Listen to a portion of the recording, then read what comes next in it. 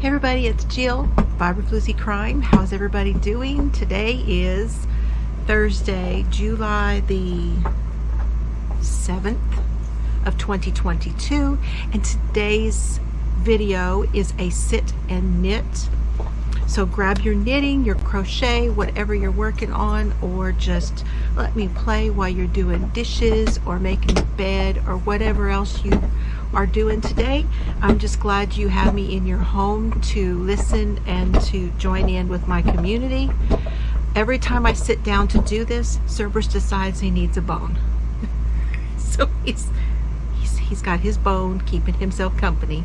So let me get my knitting. Now, if you're wondering, behind me here, that is the seam double crochet mystery shawl that I'm doing with my daughter Chelsea. This one is the mock-up, and I'm right now still filming doing the edging for you guys to show you how to do it, and that I'm doing on the other original shawl. So let me grab my stuff. I'll see you in a minute.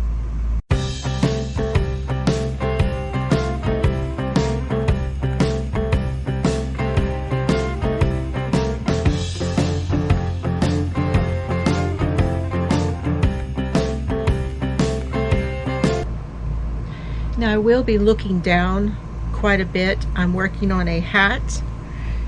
This is a commission, and I really need to get going on it. I have just cast it on, and I'm starting the ribbing.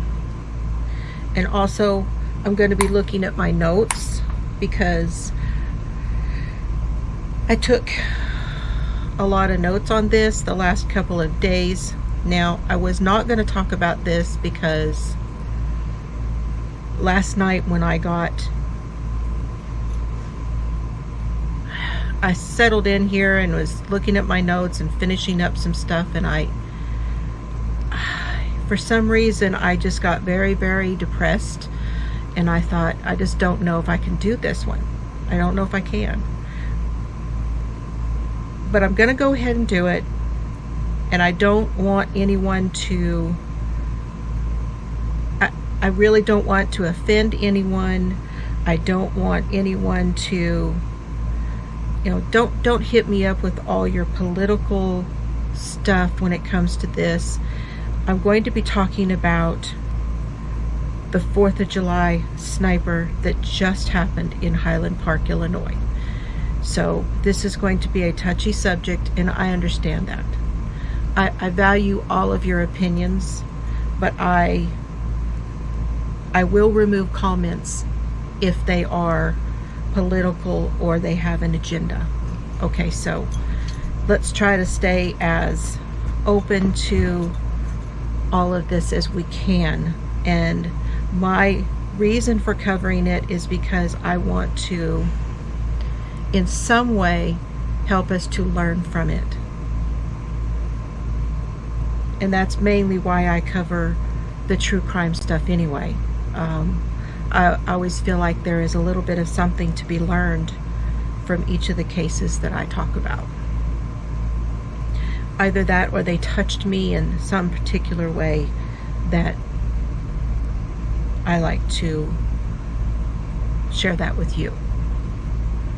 So thank you all. I hope I didn't lose most of you. Now, I gathered a lot of information from as many places as I could. Online is how I get my news. I do not get a local paper. I do not watch the morning stuff. I do not have cable. I do not have any of the cable networks. My information comes directly from streaming. And so I went onto the web, and I went to find as many articles as I could find that covered as much of it as I could. I looked at all the sources that I could find to get as much information as I could. And I will tell you that a lot of things probably, once this video goes up, that a lot of things have probably changed about this case, that there's new information coming out. This is very fresh, very new. And most of all, my heart my thoughts go out to the victims of this event that happened. You know, so many of us only now getting out to go do things after the pandemic, and a nice beautiful day, and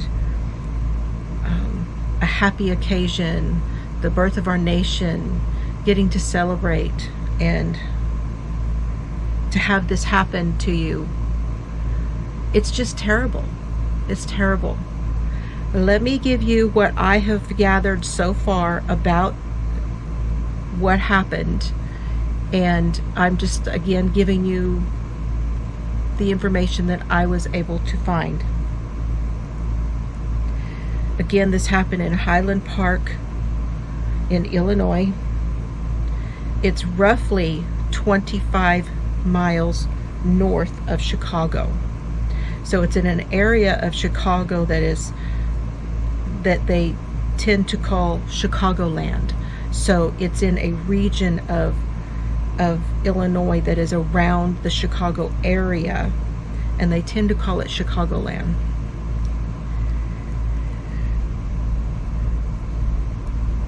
Around 10 minutes after the actual parade, this was a 4th of July parade that they were having downtown, and this is a smaller community on the outskirts of Chicago, so it's not a large area, not super large area, and they have a very community like feel in this area.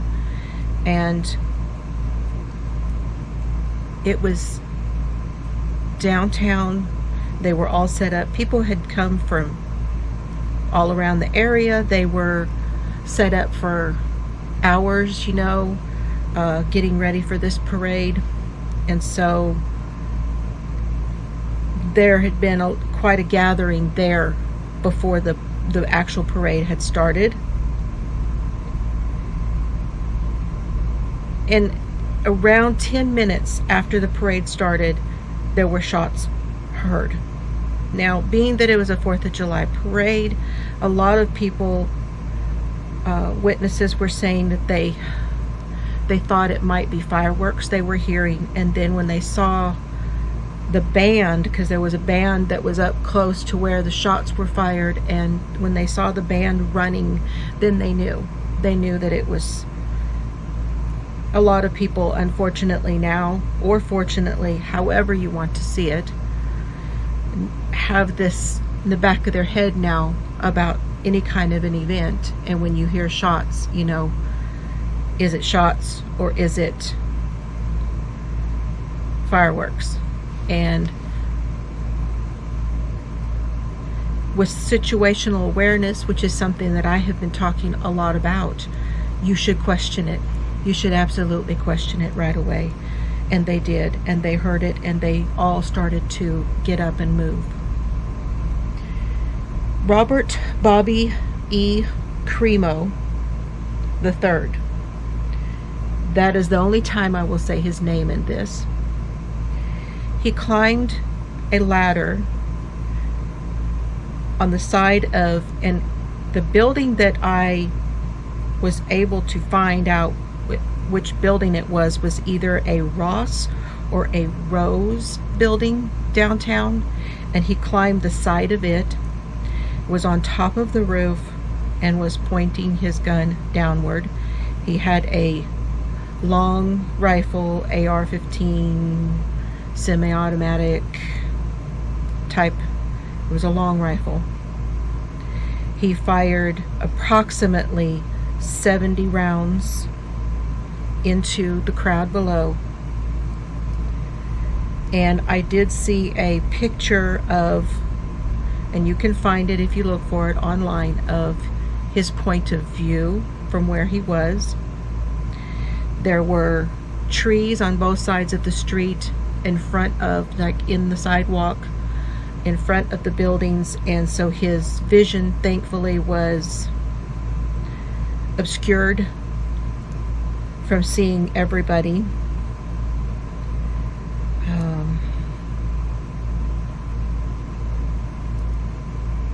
However, he was able to shoot and injure more than 40 people and kill 7.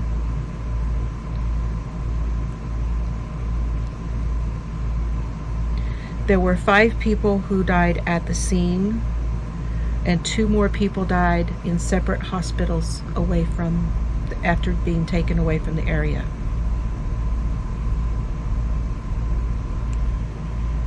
He was dressed in women's clothing, and after he shot at the crowd, he climbed down. He put the gun in an alleyway underneath some things, and he walked away wearing a earpiece on his phone, wearing a woman's wig and blouse and skirt, and he walked away trying to fit in and look like a woman, because he has tattoos on his face that he was trying to cover. So the police were able to arrest him. Now, the law enforcement in this case worked really quickly. I mean, really, really quickly. Once the gun was found, they worked with the ATF, which is the Alcohol, Tobacco, and Firearms Division, and put a really fast trace on the gun, and they were able to trace all the way back to him. So then they knew who it was. They also had surveillance. They had citizens that were showing the police their videos that they had taken on their phones. There was a lot of stuff. They went on to social media, and they were able to find a lot of social media stuff, and they tracked him down and figured out who he was very quickly. So within hours, they knew who it was, and they were looking for him. They put out an alert for him.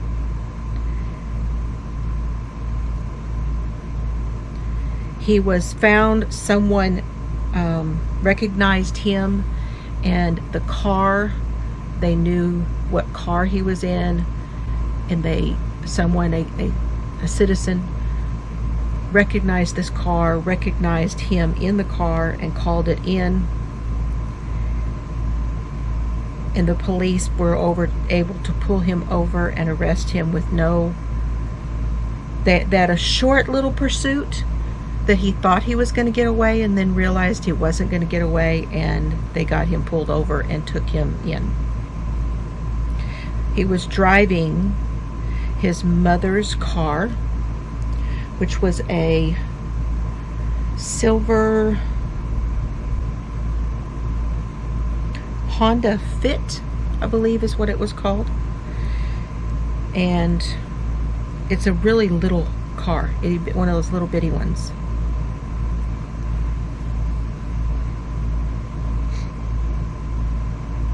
But the police worked really, really quickly, and they already, once they saw who they were looking for, he was already known to them. We'll get into that in a minute.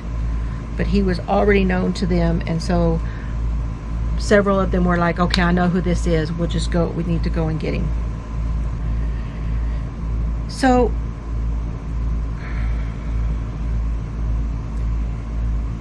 we now know that he had another rifle in the car, in the back seat of the car with him, and that he planned to go and do this somewhere else. The police tracked down his phone, which he had thrown out of the vehicle, trying not to be found,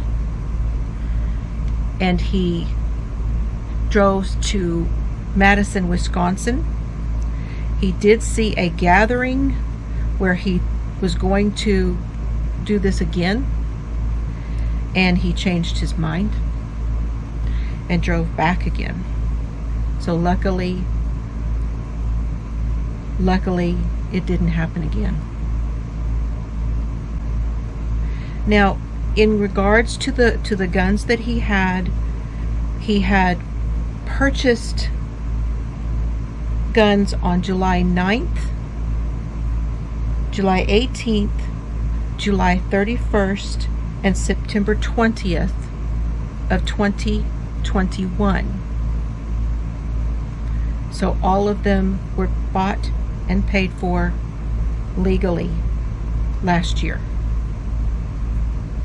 He passed all background checks. There were no flags at all as pertained to him or his mental state or anything. There was nothing on record for him that would have prevented him from passing the background checks. He is 22 years old, so he turned 21 in 2021. So in Illinois, that is the legal age to purchase firearms. You must have what's called a FOID card in Illinois, and that is FOID. Now, FOID is Firearms Owner Identification Card. He did apply for that, and at the time that he applied for it, his father signed so that he could get it. So I'm not clear as to when that application was signed, or was when it was signed or when it was applied for, because he would not have needed a signature with nothing being on his record. So my understanding is that it was because he was not yet 21 when he applied for it. The agency that issued the FOID card, the state agency for Illinois, which issued the FOID card, at the time, their statement was that there was an insufficient basis to establish a clear and present danger to deny.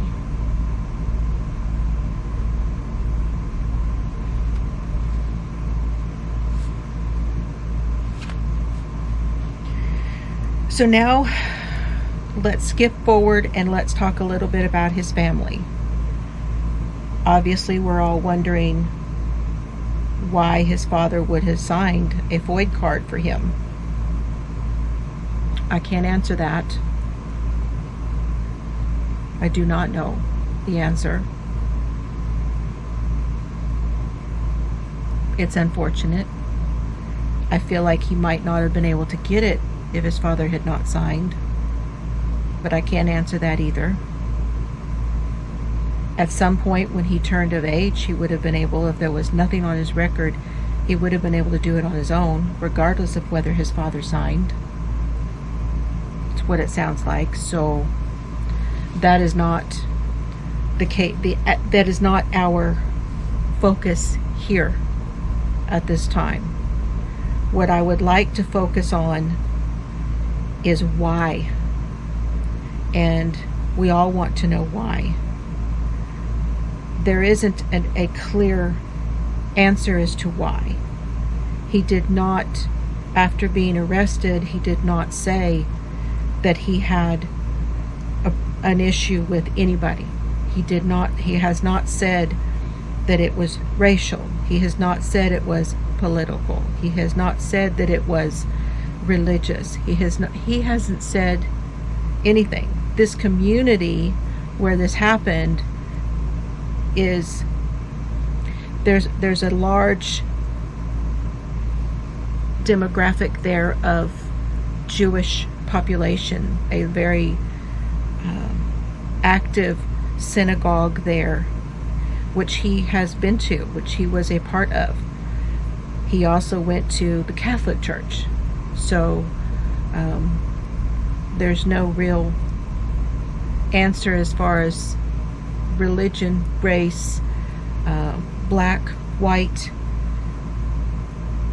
nothing that he has mentioned at all. It seems at this point to be random. And as I said again, as of the time that I am recording this, that is what it appears. There may be more come out after I have recorded this that you guys have found or seen that has become public. The father's name is Bob, and he is the second. So you had Robert the First, Robert the Second, and Robert the Third. Robert the Third was the shooter.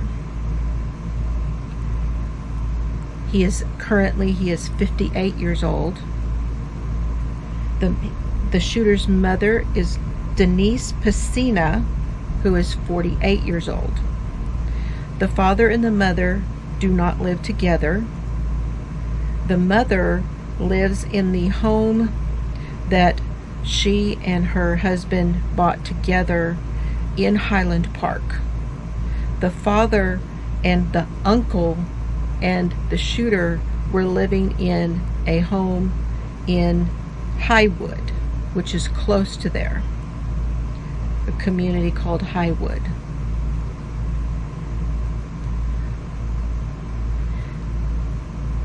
The shooter's father, Bob, owned something called Bob's Pantry and Deli, and it's my understanding that as a pantry that he was providing meals to those in need. It was said from local people that he would give candy and treats to children in the area.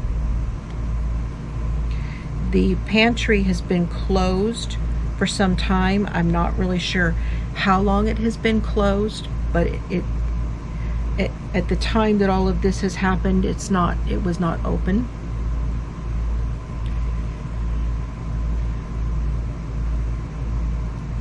The father ran for mayor. And what's interesting is that he ran for mayor against the current mayor of Highland Park. And the current mayor of Highland Park has children. And she was a scout leader, Cub Scout leader, and she had the shooter in her Cub Scout pack when he was younger. There were no indications as far as she was concerned about anything that would have told you that this child would have turned out to be what he turned out to be.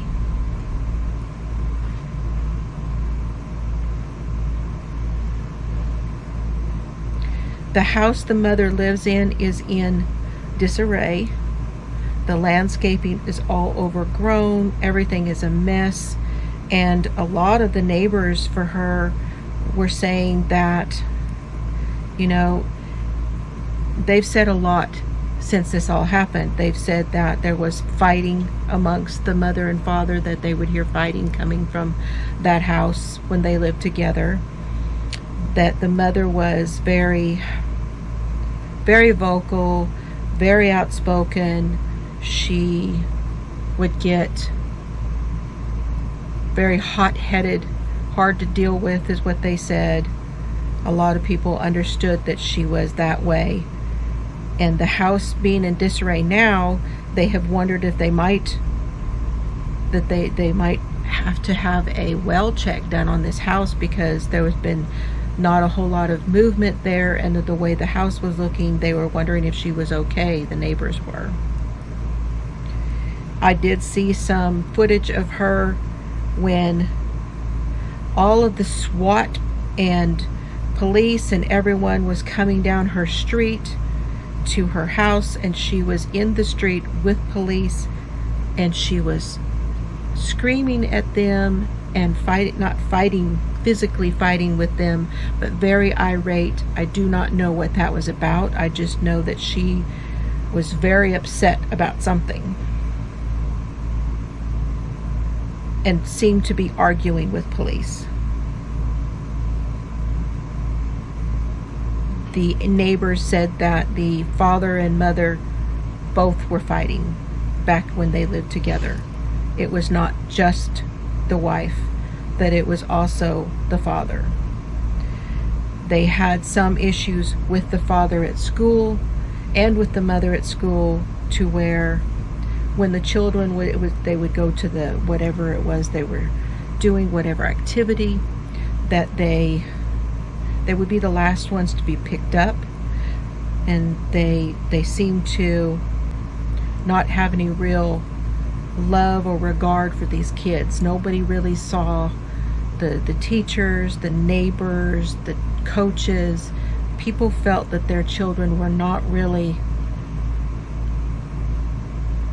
they really didn't get a lot of love, is what they felt like.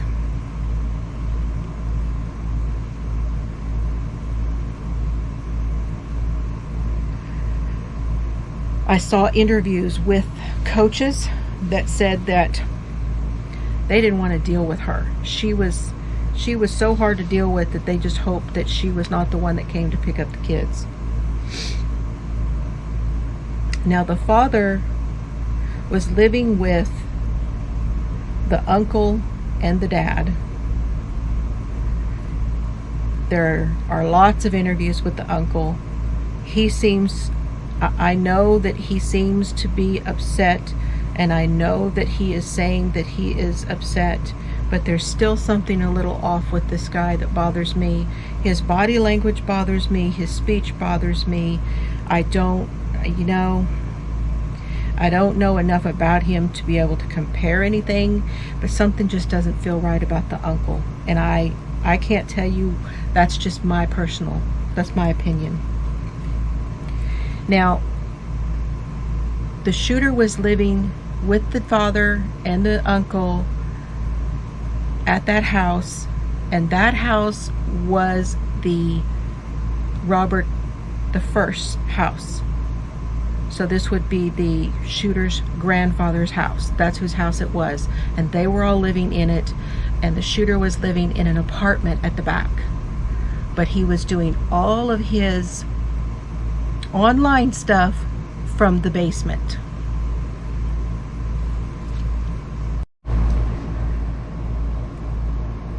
The online media that the shooter was doing, he had named himself Awake the Rapper. Now, he has a tattoo right here on the top of his cheek that says Awake. And his videos have been described as being very, very disturbing. Now, this is a common thing that has happened over the years with YouTube. And things get by them that I don't understand how they get by them. I don't understand how things are posted and why they're posted when they are as violent as they are. I don't understand the guidelines very well. I do the best I can to follow the guidelines on YouTube, but things are beyond me. And evidently he was able to post videos under the guise, as you might say, of being a rapper, and that this is part of his music. And his music was everything that you can imagine that a rapper covers. They tend to cover a lot of very controversial things. He was filming himself as if he was in school, that he might be going to be a school shooter. He had drawings that he'd done himself that he put in his videos, and it was where he was in tactical gear, and that he was death by police is what it looked like. There was a lot of stuff in these videos and that he was posting. According to his uncle, now I was unable to find any kind of interview with his father, but according to the uncle, they weren't aware of what he was in his videos. They knew that he was a YouTuber. They knew his name. They knew all of those things. But they didn't know what was in his videos. He's lying. They knew full well what was in those videos. So, he's lying. There's no way that you know that much and not know what was in them.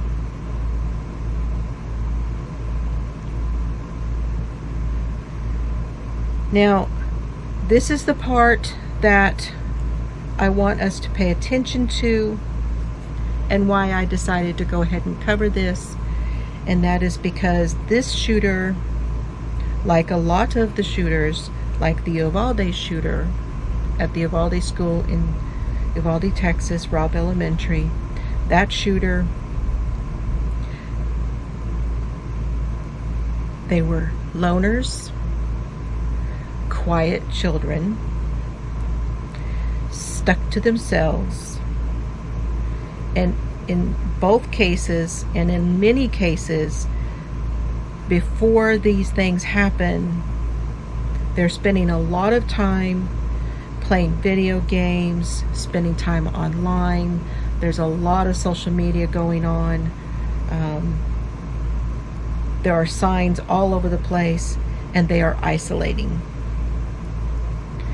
They quit school, they quit their job, they quit all of those things, and they are isolating, and they are focusing on this social media stuff. They're focusing on the games. They're focusing on, that's their total, they have this whole thing going on, and somehow they come up with their little mission of whatever kind it is, and the next thing you know, they're exploding. This is very common. I've been reading up on a lot of this, and we'll cover it more here, about what to look for. I am not an expert on any of this. I'm just like you guys. I'm coming at all of this from a layman's perspective and just trying to understand. Just trying to understand. And the reason I said I don't want to hear a bunch of political comments on this is because I feel that this issue is a mental health issue. This is a society issue. This is a problem with our society in which we are not paying attention. We are not treating our children well. We are not paying attention to what's going on with our children or with people around us. We have our head is in the sand, and we're not, their situational awareness is way down. We have got to increase all of that, and we've got to help people that need the help. And this family refused to get this child any help from the time that he was little until the time that he was an adult. They refused. They were offered help for him several times and refused it.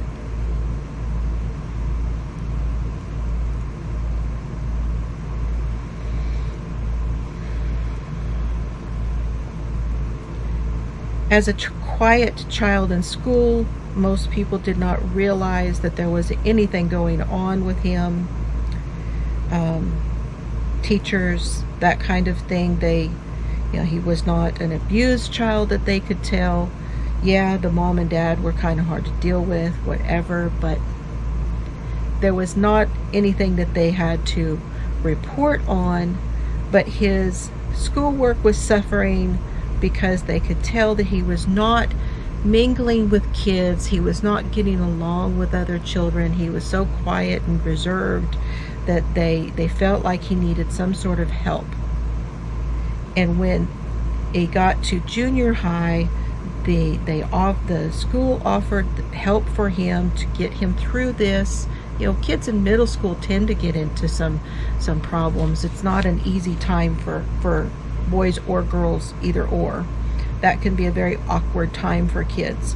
And they offered him some help, and instead of getting him the help, the parents said they would homeschool him. Okay, they took him home. He was homeschooled until he got to be about a freshman in high school. It's common for kids who get into high school to go back to school after being homeschooled because the curriculum can get pretty tough for parents. Most of the time, by the time a parent was in school themselves and was going and was doing the work that the child is now doing, it has changed. The process has changed. The way they teach it has changed, and it becomes sometimes can be difficult for parents to teach children, and they tend to send them back to school. And they sent him back to school, and then he was in school for a year or so and started to have problems again. And I believe this was in around 2016. Don't quote me on that either. But he went again. They offered him help. The school offered him help. Again, the parents refused and decided to homeschool him again. Who knows if he really, I don't have the paperwork. I can't tell you whether he actually graduated. I can assume that he did. I can't tell you that. If you know it, that's fine. But that's basically how all of this went down, and it's sad that they did not try to get him any help. Now,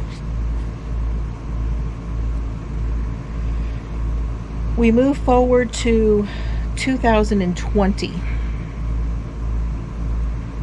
In 2020, in April, someone in the home, I'm unclear whether this was the home in Highland Park or whether this was the home in Highwood. I would merely be guessing at this point. But someone in the family called authorities to come to the house because the shooter had tried to commit suicide.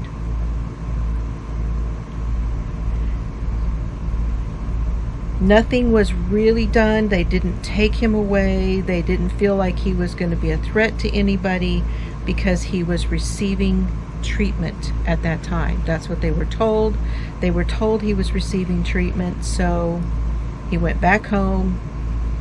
We move forward to September of 2020, that same year. So that one was in April, and then in September, just a few months later, someone called the police again.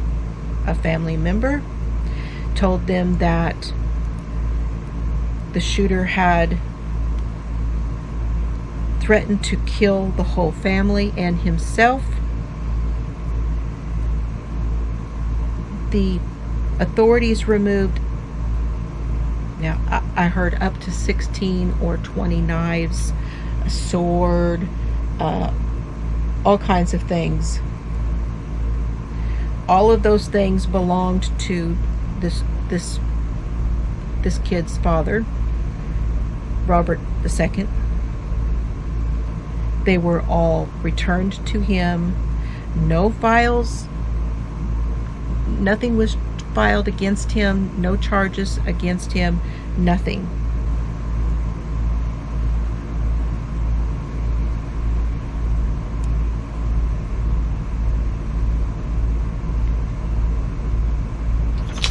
Now, here we are, after everything.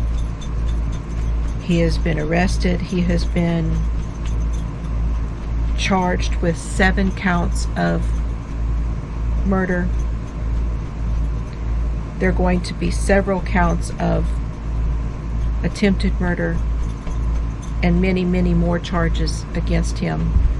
He has talked to the police, and he has confessed to all of it, told them what he did, told him of his plans, that he was going to do this again in Wisconsin. He is talking to the authorities. The father and the uncle have hired a lawyer for themselves. The shooters, there was a fairly high-profile lawyer that was going to defend him, and then pulled out at the last minute, said that he had a conflict of interest, so he could not represent him. So the shooter has a public defender at this time, and the father and the uncle have their own lawyer, 2 lawyers, I think. So why do they feel the need? Interesting. Illinois is not a death penalty state. There is no way that a judge or a jury will allow, there's no way that a judge is going to allow for an insanity plea, because this was planned for weeks. There is evidence that he was planning this for a long time, that he was dressing up in women's clothing up to a year ago. And there's just a lot of evidence. This person was not hiding what he was going to do. And we need to get better about turning them in. And when we see that there's behavior, and when our children need help, we need to get better about that. I don't blame parents. I don't blame society. I blame the shooter. The shooter did this. He is completely responsible for what he did. I do feel that we could be better about recognizing things, and that possibly prevent something from happening. Here in Texas, I'm in Texas, and here in Texas, in San Antonio, on yesterday, there was a 19-year-old Hispanic male who worked at an Amazon facility in San Antonio. He threatened to come back and to kill everybody in the facility. And they were like, oh no. They called the police. They're like, we need you here. We need to tell you what this guy is about to do. They went to his house. They arrested him. He had, for terroristic threats, he had an AR-15. He had, all the evidence was there that they were absolutely correct that this is what he was going to do.